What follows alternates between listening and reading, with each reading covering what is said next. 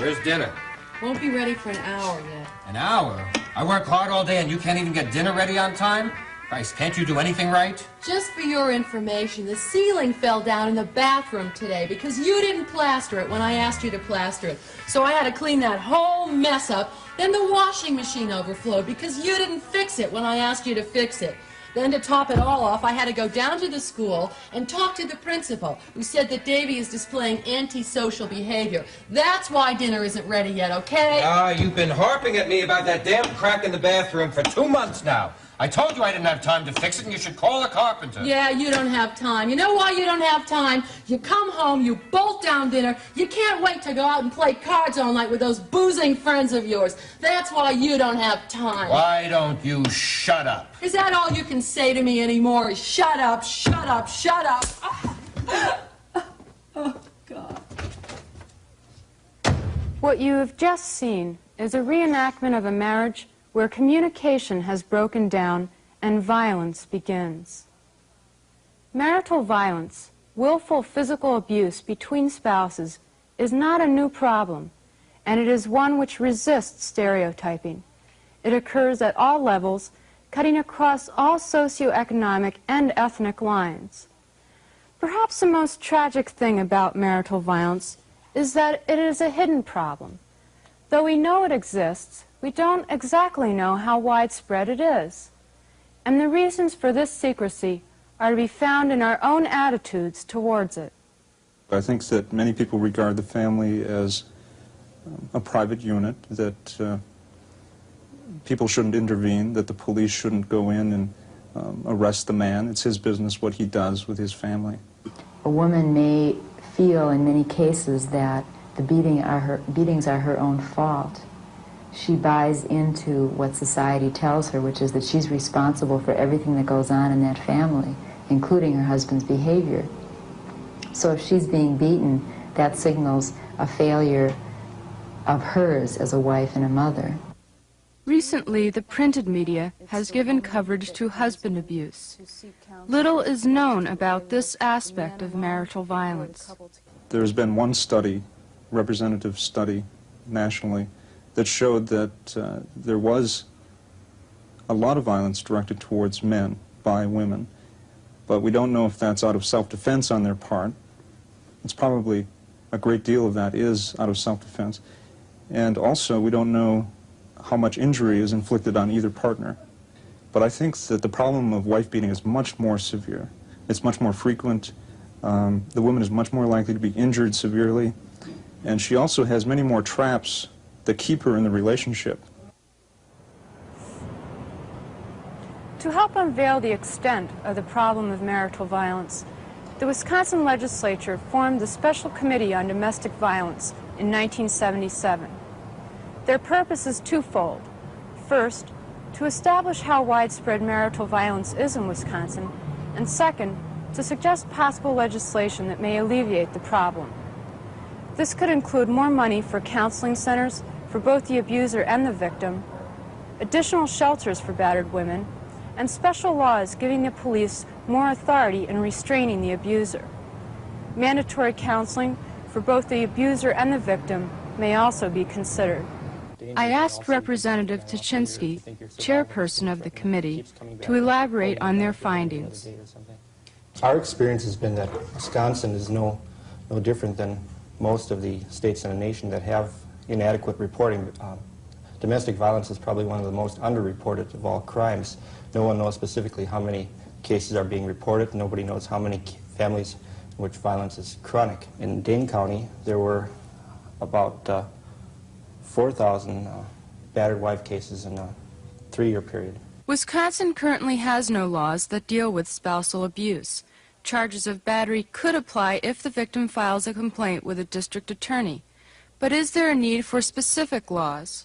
Yes, I think from the testimony that we've received from law enforcement agencies and district attorneys and the general public, people don't consider it, and even the police don't consider it the serious crime that it is. And the tendency is to treat it as disorderly conduct, or they'll treat it as family disturbance when really it's a much more serious crime of family violence that can quickly escalate into homicides. What kind of legislation might be appropriate for Wisconsin? This committee will, before we wrap up our work at the end of the year, initiate legislation that would either make spousal abuse a separate crime. I'm not too sure whether it's going to be most effective as a felony or a misdemeanor. We'd like to authorize courts to order protection for abused spouses and order restraining orders against the abusive spouse. Also, in the area of law enforcement, we'd like to allow the police officers to order the abused spouse to leave the home for a cooling-off period. Finally, there may be some emphasis on additional police training because there's a discrepancy, rural and urban discrepancy, and sort of handled on a county-by-county basis in the area of sophistication in which the police deal with the problem.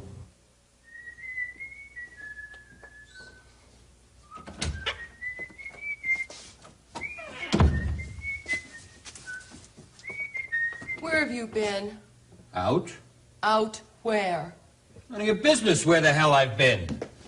None of my business. I had to listen to your son cry himself to sleep because he didn't know where his daddy was, and it's none of my business. Oh, lay off, will you? You're drunk. I'm not drunk.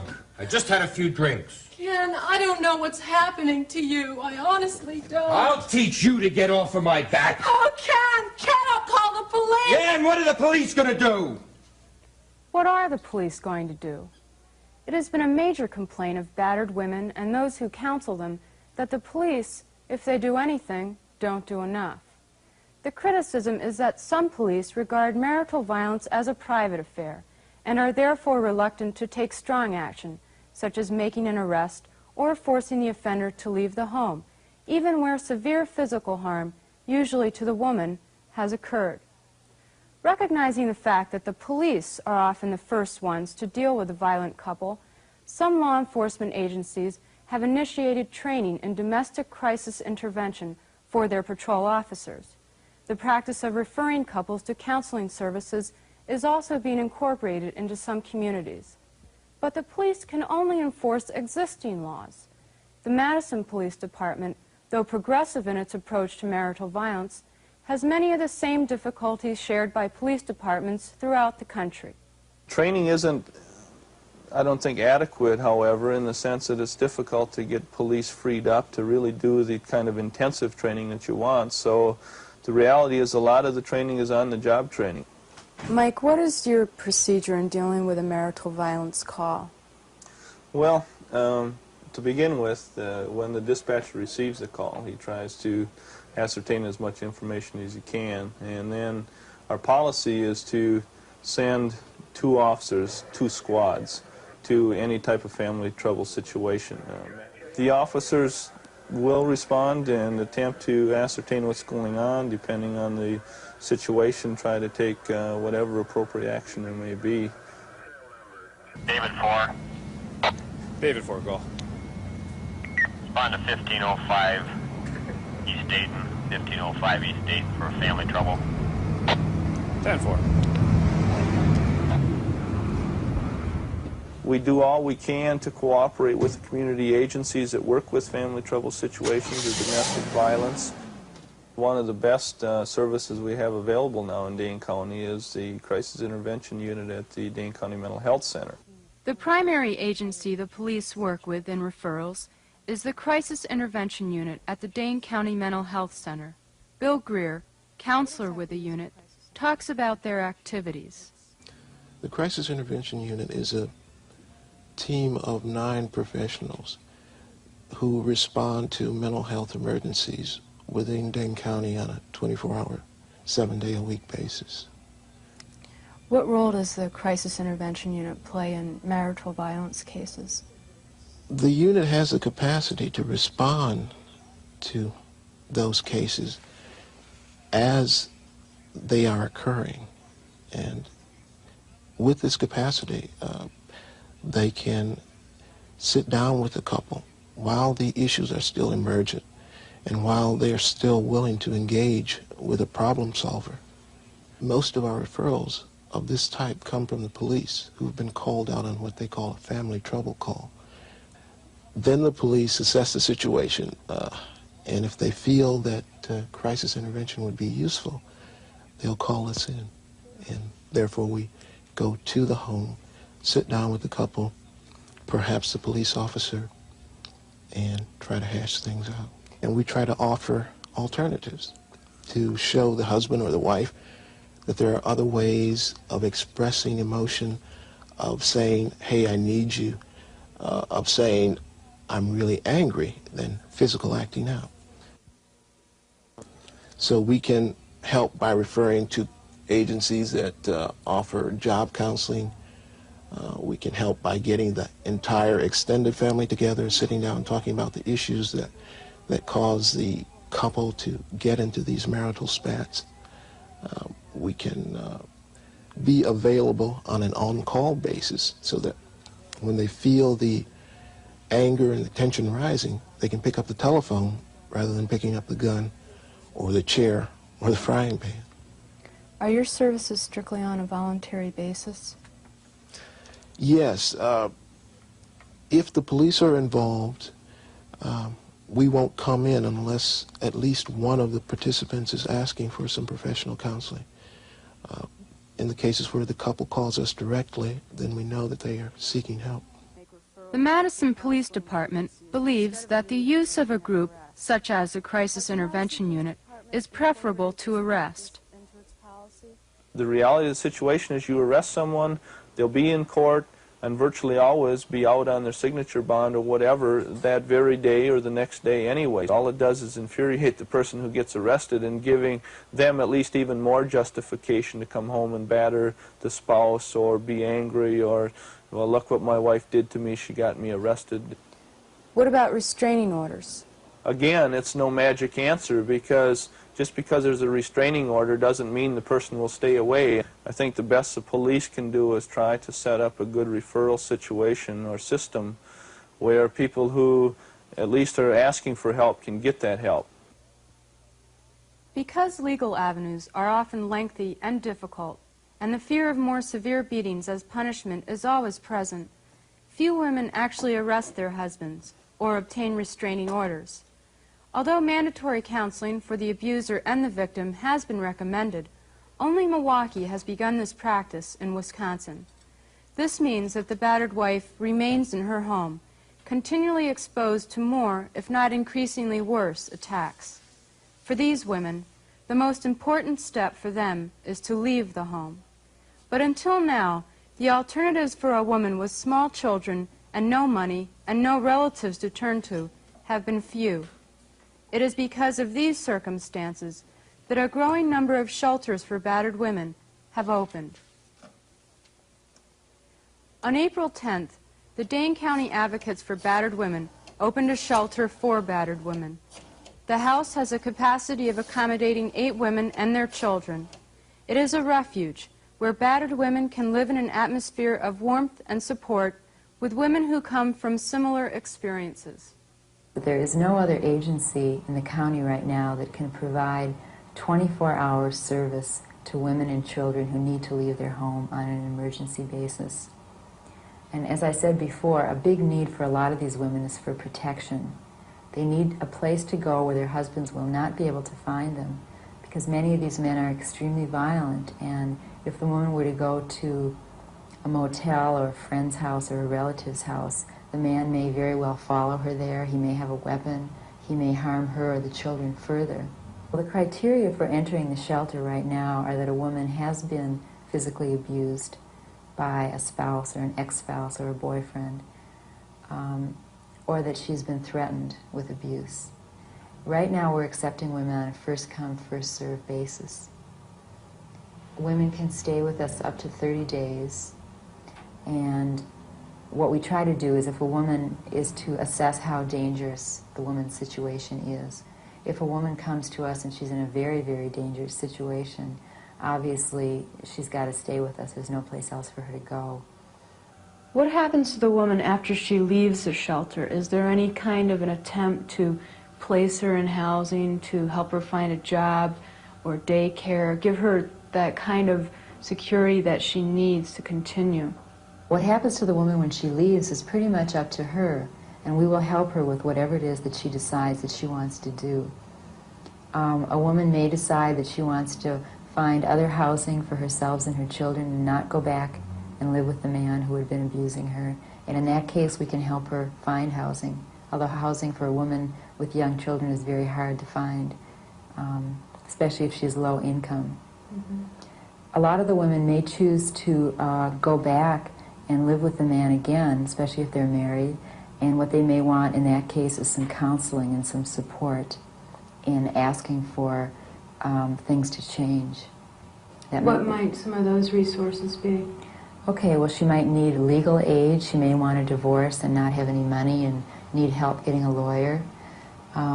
She might need help finding a job or knowing how to find a job. She might need an advocate to go with her through the criminal justice system because she may want to press criminal charges against the man who harassed her, who attacked her.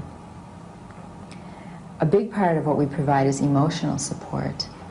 The women who come to us often feel that the beatings have been their fault somehow, or somehow they've deserved the kind of treatment that they have gotten. One of the things that we feel is very important is to convey to each woman who comes to us that she is a very worthwhile person and that there are alternatives to living in a home where she's subjected to violence. No one is better qualified to speak of wife abuse than one who has experienced it. The question that comes into most people's minds when they think about wife beating is, why would a woman stay with a man who abuses her? Why did you stay with your husband when he abused you for 12 years? In the beginning, it was because I took the marriage vows seriously, and I wanted to work out our problems by ourselves. And when that wasn't working, I tried to get outside help. I went to marriage counselors and clinical psychologists and got dead ends there. And so then I decided, okay, I have to make a choice, either stay or go. And I decided to leave, and then I found out I couldn't leave because I couldn't afford to. I had two children. Of your own? No money of my own. 2 children, no job, no destination, no place where I could even camp out for a while until I got my bearings, and just total isolation. Was alcohol ever a factor in your husband's violence? Very often it was, yes, but not necessarily. I would say that with alcohol, it tended to be more violent. And towards the end, though, I think the alcohol was more of an excuse than an actual factor because he pretended to be more drunk than he actually was. How did your husband react when you suggested getting counseling? Well, he said, first of all, that there was nothing wrong with him. He didn't need counseling. Everything was my problem. I was the cause of it all. And when I said, well, it's very unfair if the counselor only hears my side, how do you know I'm not just telling lies about the situation? He needs to hear your side, too. And he would just say, well, you're the only one with the problems. You're the one that's crazy. If you weren't so crazy, you wouldn't drive me crazy and all this. And let him take a look at this house. If he saw what kind of a housekeeper you were, he'd know how crazy you were. And that was about it. And he wouldn't even talk to a counselor. She tells the story of running to a police chief's home during an attack. And so I managed to run out of the house without getting hit too often that time, because by that time I was pretty schooled and staying only in rooms that had 2 exits, so I wouldn't get so trapped. And so I ran to the chief of police's house and knocked on the door. And he was very angry at being awakened for openers. And then he didn't believe me when I said that, my husband was going on a rampage and smashing things, and I just managed to get out, and I didn't know what to do about it, but I couldn't put up with it anymore. He said, well, how long have you been putting up with it? And I said, for 11 years. And he said, well, I don't believe you. This is the first time I've ever seen you make a complaint. And I said, it's taken me all this time to get up enough courage to call the police because I consider that the pits. And he says, well, are you going to sign a complaint? And I said, well, what does that involve? I don't know anything about signing complaints or police. He says, well, if you sign a complaint, we'll send a cop over and we'll throw him in the slammer until tomorrow morning. I said, what do you mean till tomorrow morning? He said, well, we let him out at 8 o'clock. And I said, you've got to be kidding. I said, what kind of safety is that? Being in jail for 6 hours, I can't think of anything that would make him more furious and more want to kill me. What kind of advice can you give to other battered women? Talk to each other. We all think we're the only one. After I got out and was talking to friends about it before I ever started talking openly for battered women as a whole, It was amazing. Everybody had had some experience. Keep your own self-image up somehow. Now there are people that can help you. With Advocates for Battered Women, with the shelter house they have now, you don't have to just suffer by yourself. You've got friends. And even if you're not ready to make that step out yourself, if you're still in that stage of indecision where you think maybe you can work things out, at least there's someone to talk to about it, someone who listens, someone who knows you're not making it up, someone who knows it's not just too hard to believe, because he's such a nice guy to everybody else. I don't really want to just leave him right now. I mean, he was all right until just a little while ago. I feel like I should give him a chance. Ken, let's talk. About what? About us. I think we should go and see a marriage counselor. Why? Look, let's do it for Davy if we don't do it for ourselves. We can't let him grow up seeing us fight like this all the time. And we can't go on living like this either. But why do I have to go? Why can't you go by yourself? Because it's our problem and we have to solve it together. I know a place where we can go where they deal with people just like us. When Judy and Dale were having all that trouble, they went and it helped them a lot. Well, I don't know.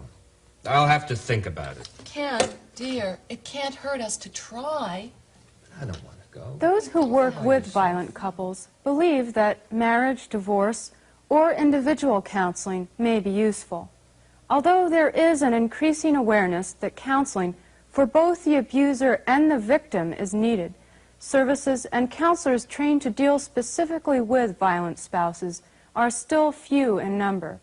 Family Service at 214 North Hamilton Street in Madison is one such center that has counselors experienced in working with the violent couple. Dan Saunders describes his methods of working with the violent marriage. I encourage the man to be there. I reinforce his presence because it's very difficult for men to get involved anyway, and in particular if they're an aggressive man. And I try to confront them with my own values, that I don't think there's any place for violence in the home, and get that across. I say to the woman that I don't think she has to take the abuse.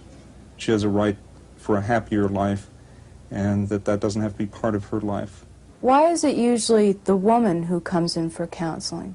I think that many men are conditioned that it's bad to seek help.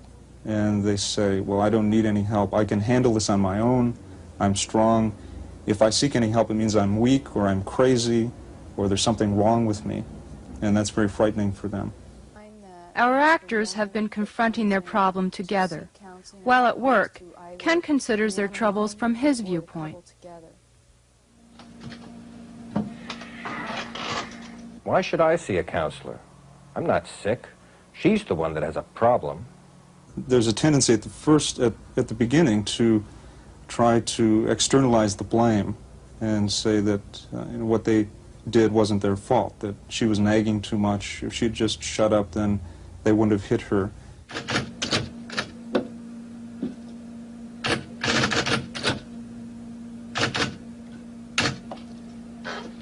She always gets on me for spending time with my friends. She wants to control me. She doesn't understand that a man has a right to do what he wants. She just gets me so mad that hitting her is the only thing she understands. So I find some men very domineering, bullying, very aggressive most of the time. Other men come in and they're very dependent and they're very fearful that the woman will leave them, and they're very, very much falling apart at that time.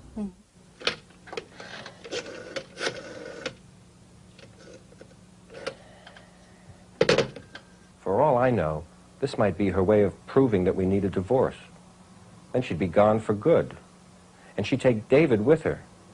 I couldn't stand having David taken away from me. So I've just started a men's group here at Family Service, and now that there are more services developing for battered women, I feel I can turn some of my attention now to helping the man. She can always talk to her girlfriends. I can't talk to my buddies about this. They'd think I was being soft. Nobody understands how I feel. We help them become aware of when they are getting tense. We do relaxation exercises so that they can see when they're anger is starting to build and how to reverse that.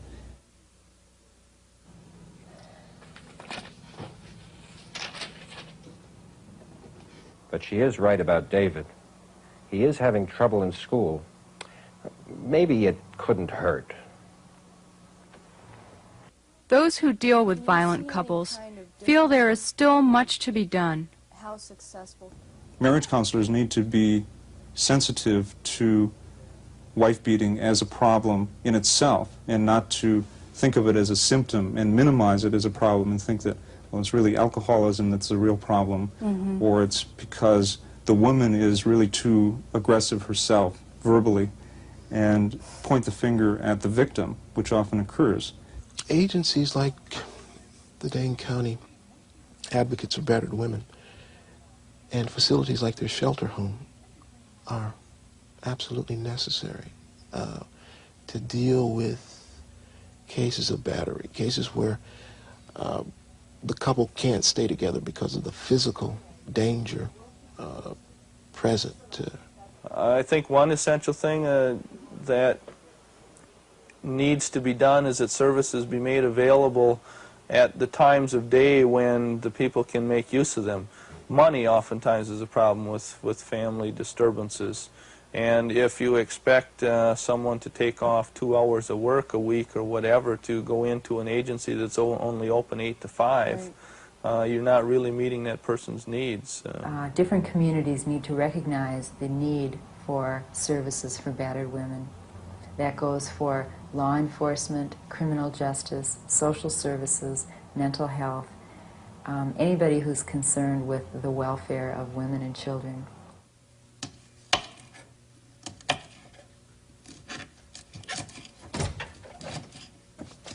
Hi, Ken. Hi. Listen, did you think at all about the marriage counselor? Yeah? And?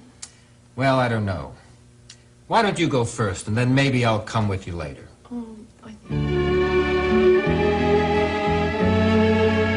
This presentation of Tryout TV, Love, Honor, and Abuse, will be repeated on Channel 21 this Saturday at noon. Stay tuned now as the author of Looking for Mr. Goodbar, Judith Rosner, and other women writers discuss contemporary women in literature on Turnabout. This program was produced by a Channel 21 viewer who had an idea. If you have an idea, stay tuned for further information on becoming a producer for Tryout TV.